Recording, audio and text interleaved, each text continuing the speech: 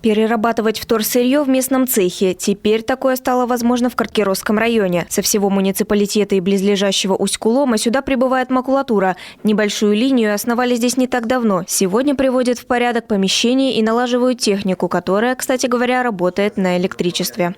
Потихоньку приводим инфраструктуру, помещения, налаживаем сами агрегаты. Но, в принципе, я думаю, что в течение месяца мы полностью уже откроемся и будем производить тот ассортимент, который необходим для нужд населения. Сам процесс переработки довольно прост. Сперва взвешивают и распаковывают картон. После пропускают его через измельчитель. Второй этап – дробление. Насос затягивает получившуюся массу, выдувает ее в бункер с ворошителем. А там уже и до упаковки рукой подать.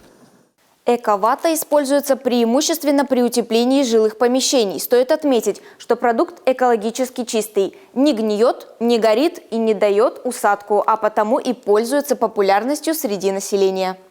Раньше макулатуру вывозили в Сыктывкар на полигоны или за пределы республики на перерабатывающие заводы. Теперь такая точка есть и у нас. Важна включенность предпринимателей, которые готовы и дальше развивать эту отрасль в Коми. Поддержать их готово государство. Необходимо только подготовить проект и оформить документы. Таким образом можно получить помощь с закупкой оборудования.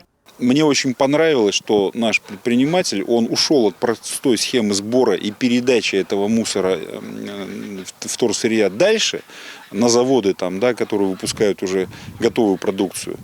Вот. Потому что в конце концов зарабатывает не он, а зарабатывают те, кто стоит в конце этой цепочки. А он решил сам быть тем самым переработчиком. Сегодня эко-вату привозят к нам из-за пределов региона, но уже совсем скоро местные прилавки пополнит готовый продукт собственного производства. Цех начнет работу в полном режиме в течение сентября. Виктория Денисова, Вячеслав Беспалов, телеканал Юрган, Карткировский район.